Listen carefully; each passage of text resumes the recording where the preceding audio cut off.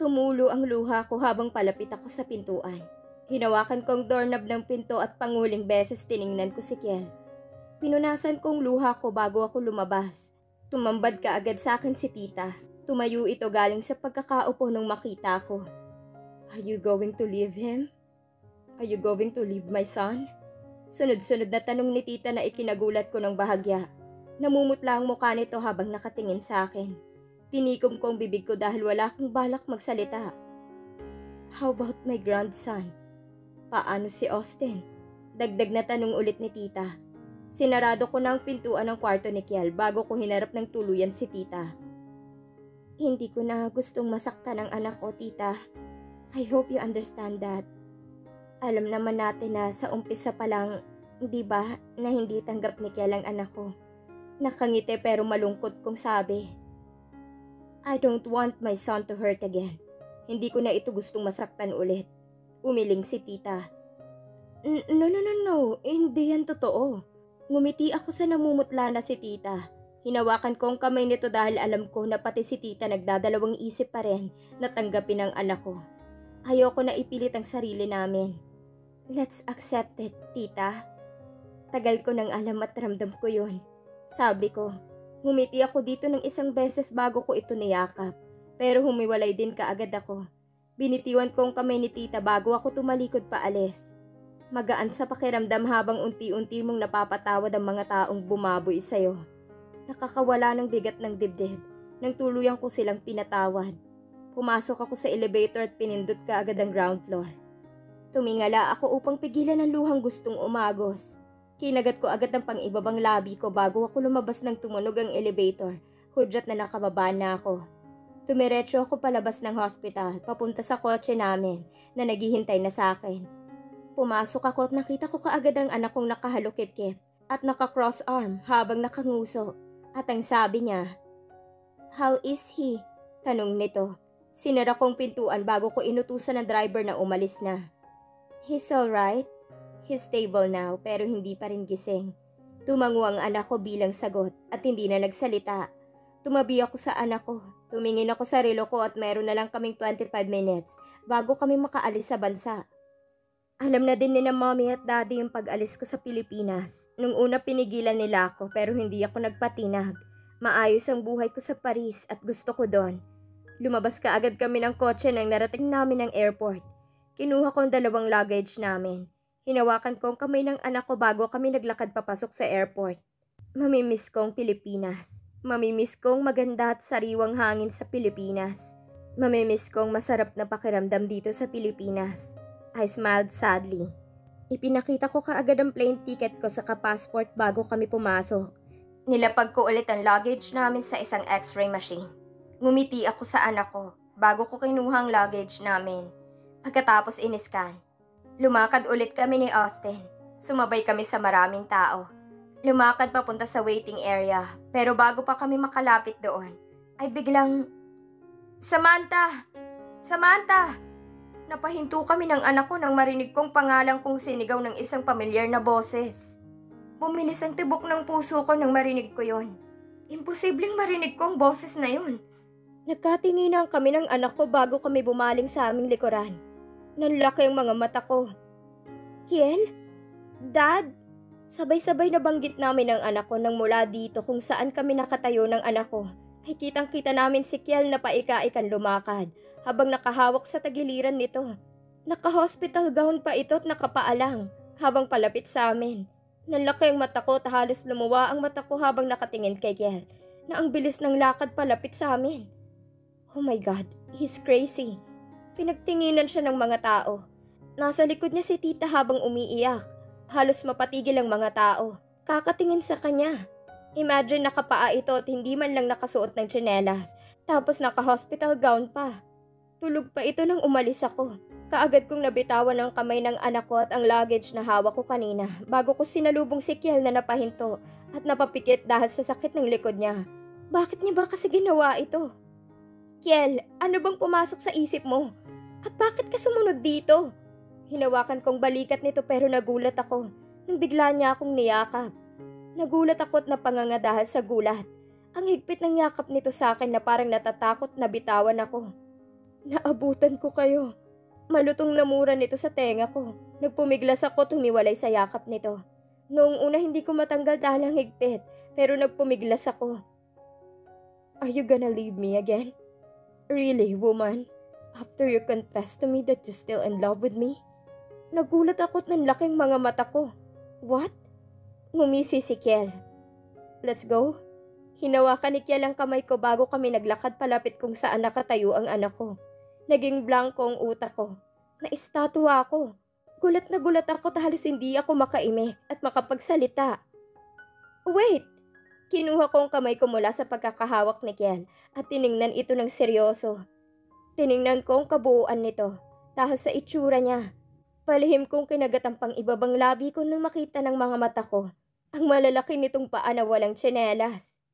Where are you going? Walang emosyong sabi ko habang nakatingin dito. Humarap ito sa akin. Kayo, balik na tanong nito. Hindi ako sumagot at tiningnan lamang ito ng walang emosyon. Ano bang ginagawa ng lalaking to? He's crazy. Kinuha niya ulit ang kamay ko. Let's go, may iwan na tayo ng airplane. Shit, kinuha ko ulit ang kamay ko. Kami lang ang aalis. At anong ginagawa mo dito? Dapat nasa hospital ka nagpapagaling. Inis kong sabi. Pinagtitinginan na kami ng mga tao. Mamamatay ako sa hospital pag nalaman kong aalis kayo. And yes, sasama ako kung saan kayo pupunta ng anak ko. Mabilis na sagot nito. Laglag ang pangako. Let's go dahil marami akong sasabihin sa'yo. Gulat ako. Naging blankong utak ko at halos wala akong masabi. Halos wala akong imik. Naguhurumentado ang puso ko. Nakatingin lang ako dito habang hila-hila ako naglalakad palapit sa anak kong naghihintay sa amin. Paika-ika itong lumakad. At hindi ko maiwasang hindi mapasulyap sa damit nito. At sa paan nitong walang tsinelas. Wala akong masabi. Naging blankong utak ko. Parang lumilipad ang isip at utak ko sa kawalan. Pilit kong binabalik ang ulirat ko pero wala talaga. Sandali lang. Sabi ko nang kinuha ulit ang kamay ko na hawak ni Kiel. Pumikit ako ng mariin at huminga ng malalim. Kinalma ko ang sarili ko. You're staying here. You're not leaving. Go back to the hospital at magpagaling ka doon. Seryosong sabi ko habang nakaturo ang kamay ko sa entrance ng airport. Hindi ko maintindihan ang ginagawa ng lalaking to. Ang gulo-gulo. Bakit niya to ginagawa? No. Umiling si Kiel at lumapit doon sa maleta at hinawakan ito. Sasama ako. You don't want to live here in the Philippines, right? Then I don't like it here either. Sasama ko sa inyo ng anak ko. Sabi nito at naunang naglakad. What? You called me son? That's new, ha? Biglang komento ng anak ko. Napatigal si Kiel sa paglalakad at bumaling muli sa amin. Pinagtitinginan na kami ng mga tao dito. Siguro iniisip nilang baliw si Kiel. Ang malaking tanong lang sa isipan ko ay paano ito nakapasok ng walang plane ticket at passport na dala. He's Valerian. Oo nga pala. I almost forgot. Napapikit ako halos hindi ko maintindihan ng ginagawa ni Kiel ngayon. Dapat nasa hospital ito at nagpapagaling. Tiningnan ni Kiel ang anak ko pagkatapos niyang marinig ang sinabi ni Austin. At kung hindi ako nagkakamali, may dumaan na sakit at guilt sa mga mata nito. Kumirot ang puso ko at bumuntong hininga ng malakas. Napatingin ako kay Kiel ng hayuwalang emosyon na nakatingin sa amin. Mabigat ang hawak nito sa maleta namin. Hindi ito makapagsalita. Please, I wanna go with you too. Gusto kong sumama sa inyo. Napapaos na boses ni Kiel. Yumuko ito. Why? Bakit, Kiel? Gustong gusto kong itanong yan pero walang lumalabas sa bibig ko. Yumuko si Kiel na parang nangihina. Kumirot ang puso ko. Bakit siya sasama sa amin? Anong dahilan niya? Sasama ka sa amin? Habang suot-suot ang damit na pang-hospital? Marahan kong tanong. Inangat ni Kiel ang ulo nito at napatingin sa akin na nanlalaking mga mata. It's okay. I can call my secretary to send my staff tomorrow in the Paris. Nakangiti na itong bumaling sa amin. Kung kanina ang lungkot ng mukha nito pero ngayon nakangiti na. Let's go. I have a lot to tell you. We have a lot to talk about. Dagdag nitong sabi bago hinila ang kamay ko. Nagkatinginan kami ng anak ko bago kami sumunod dito. Hindi matanggal ang paningin ko kay Kiel habang naglalakad kami papunta sa airplane. Naguhurumintado ang puso ko. Ang bilis-bilis ng tibok ng puso ko. I admire his guts. Talagang paggising nito ay sumunod ito sa amin. Kahit na naka-hospital gown ito at walang tsinelas at nakapaalamang. Pinauna ko na ang anak ko sa hagdan ng airplane. Tumingin ako kay Kiel dahilan para magtinginan kami pero umiwas din ako. Dahil hindi ko kayang tagalan ng titig nito. Mas lalong gusto kong sumama sa'yo. After you admitted that you're still in love with me. Buti na lang hindi nagbago. We have a lot to talk about. Umiwas ako ng tingin pagkatapos kong narinig ang sinabi nito. Nauna akong pumasok at hindi sumagot dahil kakaiba ang nararamdaman ko sa sinabi niya. Sumunod ako sa anak ko at lumapit dito. Napunta kaagad ang mga mata ko sa mga tao na pumasok si Kiel. Nalaglag ang panga ng iba habang pinasadahan nila ito ng tingin mula ulo hanggang paa. Iniisip siguro nilang baliw si Kiel pero imposible dahil sa magandang nilalang na ito. Hindi nila iisipin na baliw ito. Umiwas ako ng tingin. Pumikit ako ng mariin saka ako napabuga ng isang malakas na buntong hininga. Bago ako lumapit dito dahil kahit anong tanggi ko sa sarili ko, ay hindi ko maiwasang hindi mag-alala dito. Alam kong hindi pa ito magaling dahil kakagising lang nito at natatakot akong baka mabinat ito. Hinawakan ko ang kamay nito at dahan-dahang inalalayang maglakad habang palapit sa upuan namin ng anak ko. Napatingin ako sa paa nitong walang tsinelas. Kinagat kong pang ibabang labi ko. I wonder kung nilalamig ba ito. Pinilig ko na lang ang ulo ko at hindi na nag-isip pa. Lumabas ang anak ko sa upuan nito bago ko pinapasok si Kiel. At sa may bintana ko ito pinapwesto. Bago ako umupo sa tabi nito pero bago yun nilagay ko munang maleta sa taas lang namin. Kinuha ko ang anak ko at hinila ito pa upo sa kandungan ni Kiel. Thank you.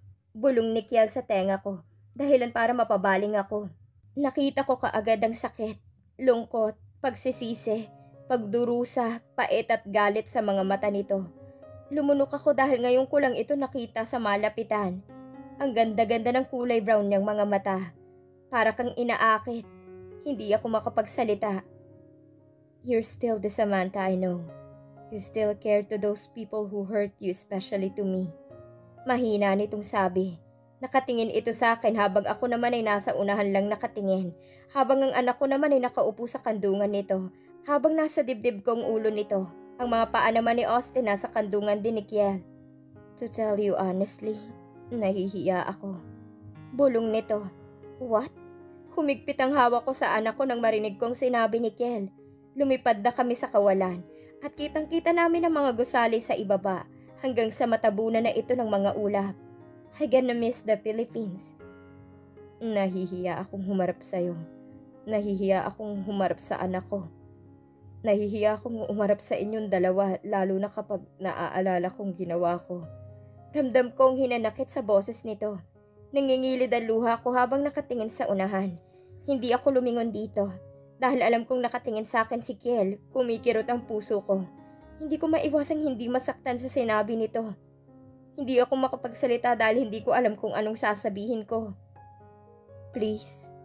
Nagulat ako nang bigla niyang kinuha ang kamay ko. Nagkatinginan kaming dalawa. Let me. Pinaglapat niya ang aming palad. Hold your hand. Bago niya pinagsaliko, hinabol kong hininga at mas lalong nagulat nang sinandal nito ang ulo sa balikat ko. Hindi ako makagalaw. Shit! Huminga ako ng malalim at mukhang nabunutan ng tinik. Pigil hininga ang ginawa ko. Halos pigilan kong hininga ko. Hinayaan ko si Kiel sa balikat ko. Hinayaan ko rin na hawakan niya ang kamay ko. Nung una sinubukan ko itong kunin pero masyadong mahigpit ang pagkakasalikop nito sa akin. Pareho sila ng anak kong tulog sa biyahe. Halos mulat ako buong biyahe. Natutulog ang anak ko sa dibdib ko habang si Kiel naman ay nasa balikat ko. Ang bigat-bigat nila pero kinaya ko. Ayokong magising sila sa simpleng galaw ko lang. Hindi ko alam kung anong mararamdaman ko sa sinabi ni Kiel kanina. Pagkatapos kasi ng pagsandal nito sa balikat ko ay nakatulog ka agad ito. Siguro napagod ito kakahabol sa amin. Bagong gising pa lang ito tapos naghabol ka agad. Masakit pa ang katawan nito lalong-lalo ng tama ng bala sa likod nito. Ilang oras kaming nasa biyahe bago namin narating ang Paris. Gising si Kiel paglapag pa lang ng sinasakyan namin. Habang ang anak ko'y tulog mantika, kinuha ko ang kamay ko mula sa hawak ni Kiel dahil para madala ko sa bisig ang anak ko. Kung wala lang sugat si Kiel, siya na sanang magdadala sa anak ko. pero alam kong meron pa itong sugat. Siyang nagdala ng maleta. Hinubad ko ang jacket ko para maibigay ko dito dahil alam ko kung gaano kalamig dito sa Paris. Lumakad kami palabas sa naiyan ng Paris. Nasa tabi ko lang si Kiel habang nakahawak sa bewang ko. Nasa bisig ko ang anak ko. Tahimik lang kami ni Kiel habang naglalakad. Gabi na nang narating namin ang Paris. Matutulog talaga ako pagdating sa hotel. Sinalubong kaagad kami ng isang tauhan ni Kiel. Nagising ito kanina sa gitna ng biyahe namin at nanghiram ito ng phone sa akin para magtawag. Inabot kaagad ng tauhan ni Kiel ang tsinelas saka makapal na jacket. Hinubad ni Kiel ang jacket ko pagkatapos niyang sinuot ang jacket niya. Lumapit sa akin si Kiel at nilagay sa balikat ko ang jacket ko. Hinawakan ni Kiel ang bewang ko bago kami inalalayan papasok sa kotse nito. Madami itong tinawagan kanina at hindi ko lang alam kung sino. Tahimik lang kaming lahat. Nasa labas lang ang paningin ko kahit naramdam kong panay ang sulyap sa akin ni Kiel. Ilang sandali narating din namin ang hotel kung saan kami tumutuloy. Pinagbuksan kami ni Kiel ng pinto. Sinubukan itong kunin si Austin sa akin pero iniiwas ko. Dahil hindi niya kaya lalo na't sariwa pang sugat nito. Walang nagawa si Kiel. Meron lang itong binulong na hindi ko na narinig. Ang bigat-bigat ni Austin pero kinaya ko. Pumasok kaagad ako ng hotel at binati kaagad ako ng guard. Ngumiti ako dito bago nilagpasan. Lumipad ang isip ko kay Kiel kung saan ito tutuloy. Pinili ko ang ulo ko dahil ang sabi ko, "He's not a Valerian for nothing." Sumunod ito papasok sa kwarto namin ng anak ko. "Are you hungry?" Humiling kaagad ako sa tanong nito. Pumasok ako sa kwarto ng anak ko bago ko ito nilapag. Hinalikan ko ito sa pisngi bago ako lumabas ng kwarto. "Take a rest now, Sam. I have a lot to tell you tomorrow. Good night." Pinaliwala akong sinabi nito. Kaagad akong dumapa sa kama at pinikit ang mga mata dahil sa pagod na pagod ako. Bukas ko na lang iisipin ang tungkol kay Kiel. Nakatulog ako ng mahimbing. Dala na rin siguro ng pagod pero nagising din dahil kumakalamang sikmura ko. Napamulat ako nang makaramdam ako ng gutom. Bumangon ako at dumiretso sa pinto. Binuksan ko ito at lumabas ngunit natigil din nang makita ko si Kiel na nakapikit habang nakasandal sa sopa. Nakatopless ito. Dahilan para makita kong malaking band-aid sa katawan nito. "Paano?" Lumapit kaagad ako dito. Shit, ano bang ginagawa ng lalaking to? Dahan-dahan akong naglakad para hindi ito magising. Tiningnan ko ang orasan at 1 a.m. pa lang. Gutom ako pero mamaya na lang siguro ako kakain. Gagawa na lang ako ng sandwich. Napatingin ako sa mesa nang makita kong first aid kit. Nakadim ang ilaw pero sapat na yun para makita niya ang paligid. Napatingin ako kay Kiel na nakasandal sa sopa habang nakapikit. Bakit hindi man lang ito pumasok sa isa sa mga guest room ko rito? Bumalik ang paningin ko sa mesa. Kinagat ko ang pang-ibabang labi ko na napagtanto kong ginamot niya mag-isang sugat niya. Lumapit ako dito, yumuko ako. Hindi ko maiwasang hindi makaramdam ng awa. Pinagmasdan ko muna ito. Gumagalaw ang Adam's apple nito dahil sa paglunok nito. Sunod-sunod din ang paghinga nito dahil sa tulog. Panigurado bukas na bukas sasakit ang batok nito kapag dito siya matutulog. "Kiel, wake up." Hinaplos kong balikat nito habang ginigising. Gumalaw ito, tumingin ito sa kanan at kaliwa bago ito humarap sa akin. Kinusot nito ang kanyang mga mata. Hindi ko maiwasang hindi masaktan habang nakatingin dito. Parang pinipiga ang puso ko. "Come on, let me take you to the guest room para maayos ang tulog mo." Marahan kong sabi. Bakit pa kasi dito ito natulog? Pwede naman itong matulog sa guest room. Hindi naman ako madamot at hindi rin ako magagalit o itataboy man lang ito. Dahan-dahan itong tumayo ngunit napaupo din at napapikit. Napamura ng malutong si Kiel. Kumunot noo ako pero kaagad din akong nataranta nang makita ang dugo sa band-aid nito.